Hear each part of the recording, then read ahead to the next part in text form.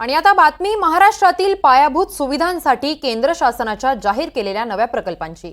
अर्थसंकल्पात या भाषणात महाराष्ट्रासाठी तरतूद नसल्याची विरोधकांची ओरड होत असतानाच आज केंद्र सरकारने महाराष्ट्रासाठी मोठ्या प्रकल्पांची घोषणा केली आहे। पुण्यातल्या औद्योगिक वसाहतींना दिल्ली मुंबई इंडस्ट्रियल कॉरिडॉरला जोडण्यासाठी एक मोठा महामार्ग बनवण्याचा निर्णय जाहीर करण्यात आलेला आहे। 214 किलोमीटरच्या या प्रकल्पासाठी 7,827 कोटींचा खर्च अपेक्षित आहे।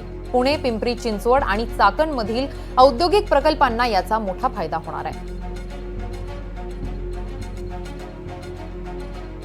याबाबतच उपमुख्यमंत्री देवेंद्र फडणवीस यांनी काय ट्विट केलेले आहे आपण पाहूयात ग्राफिक्सच्या माध्यमातून।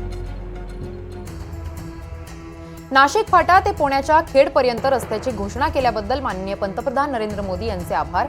7,827 कोटींच्या या नव्या प्रकल्पामुळे वाहतूक कोंडी कमी होण्यास मदत होईल, तसेच महाराष्ट्रातील विकासाला चालना मिळेल। महाराष्ट्राला दिलेल्या या गिफ्टबद्दल पंतप्रधान नरेंद्र मोदींचे विशेष आभार, असं देवेंद्र फडणवीसांनी ट्विट केलेलं आहे।